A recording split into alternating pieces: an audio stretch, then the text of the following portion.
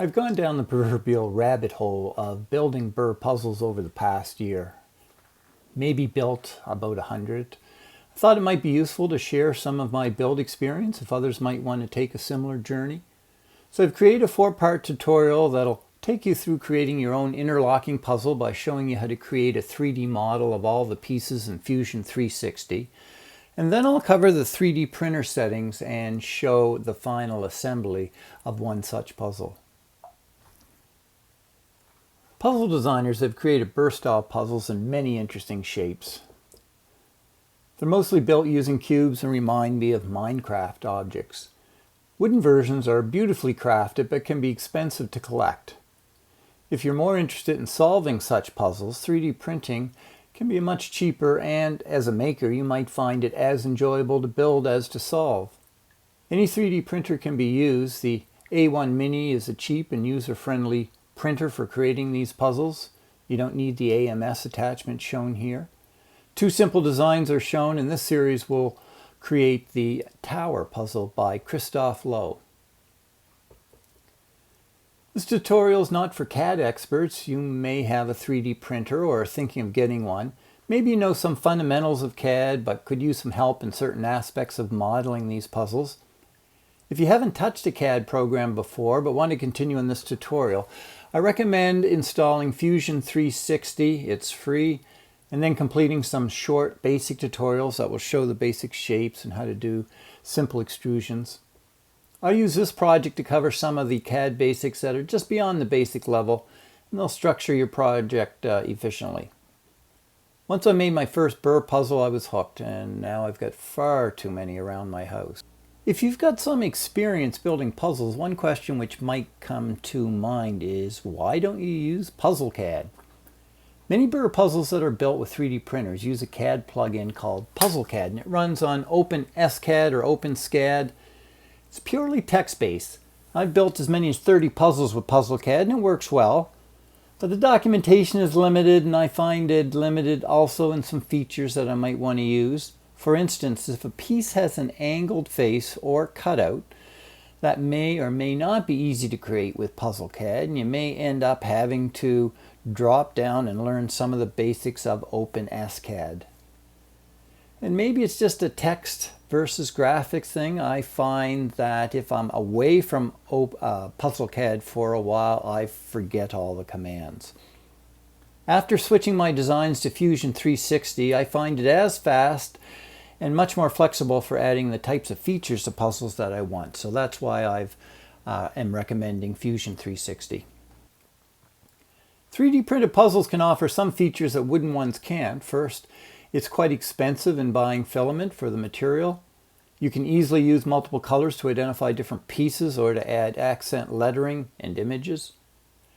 For caged or frame burr puzzles, you can add a removable top so you can reset the puzzle to a home state by simply removing the top and loading the pieces.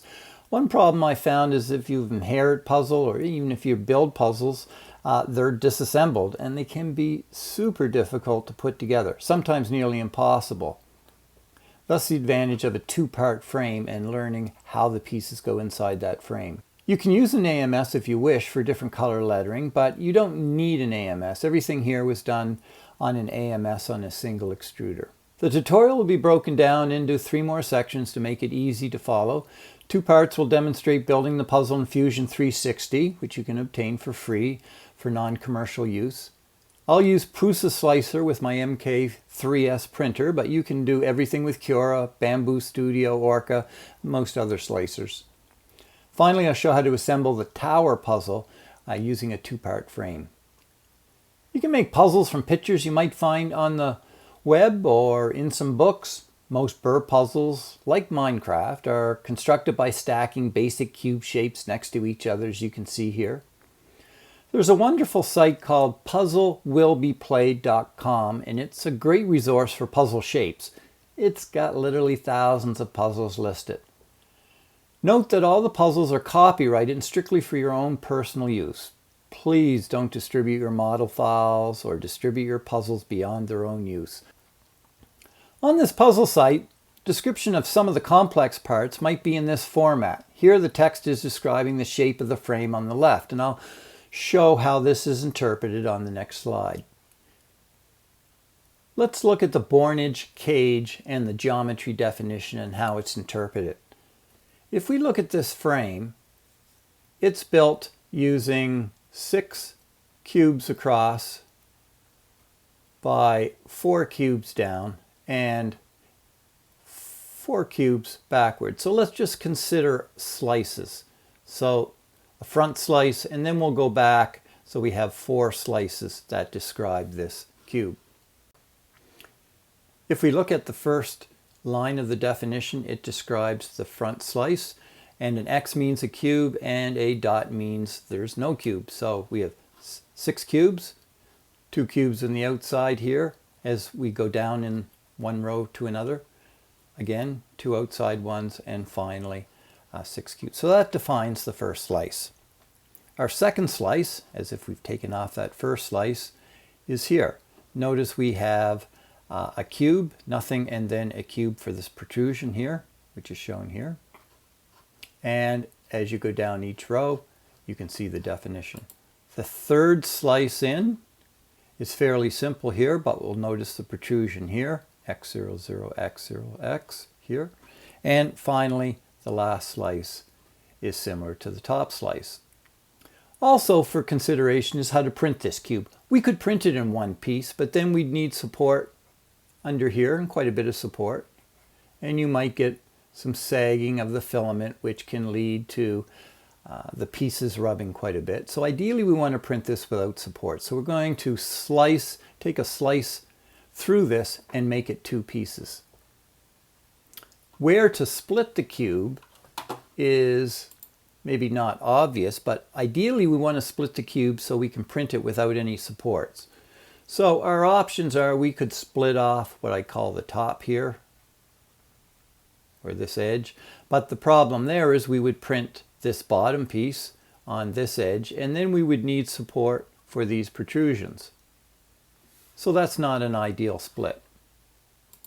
A better split would be across here, going backwards, and then we could print this as our top, and there's no support needed here. This would be the bottom. Again, this protrusion would sit on the bed plate, so we would need no support. So that's where we would split this cage. Here's another example from the Puzzle Will Be Played website, which has one complex piece that you can see in the upper right. It's complex because you can't see exactly how it's built from its picture, and so you have the text definition right next to it. The frame's a simple design. You can build it from the image. One key feature of CAD design is in using parameters or variables for certain measurements. This allows you to resize the model without having to redesign it. For instance, in puzzles, you may wish to build a small test version to see if you enjoy the puzzle or to see how it works, and then you might want to resize it larger in a second build.